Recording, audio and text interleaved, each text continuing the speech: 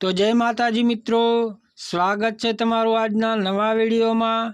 આજે તારીખ છે 18/9/2025ના રોજ બનાસકાંઠા જિલ્લાના જીવાદોરી સમાન ગણાતા દાંતીવાડા ડેમ ઉપર એક નજર કરીએ તો હાલમાં મિત્રો દાંતીવાડા ડેમની જળ સપાટી જોઈએ તો 602 ફૂટ પહોંચી ગઈ છે।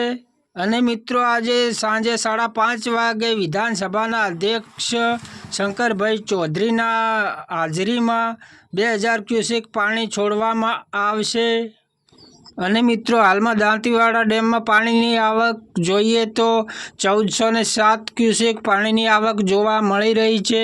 અને હજુ પણ ઉપરવાસમાંથી પાણીની સારી એવી આવક જોવા મળશે તો 2000 ક્યુસેકથી વધુ પણ પાણી છોડવામાં આવી શકે છે। તેને લઈને સ્થાનિક રહીશો અને પ્રવાસીઓને ડેમના આસપાસના નીચાણવાળા વિસ્તારોમાં જવાનું ટાળવા સૂચના આપવામાં આવી છે। તો આ હતા મિત્રો બનાસકાંઠા જિલ્લાના જીવાદોરી સમાન ગણાતા દાંતીવાડા ડેમના તાજા અને લાઈવ સમાચાર।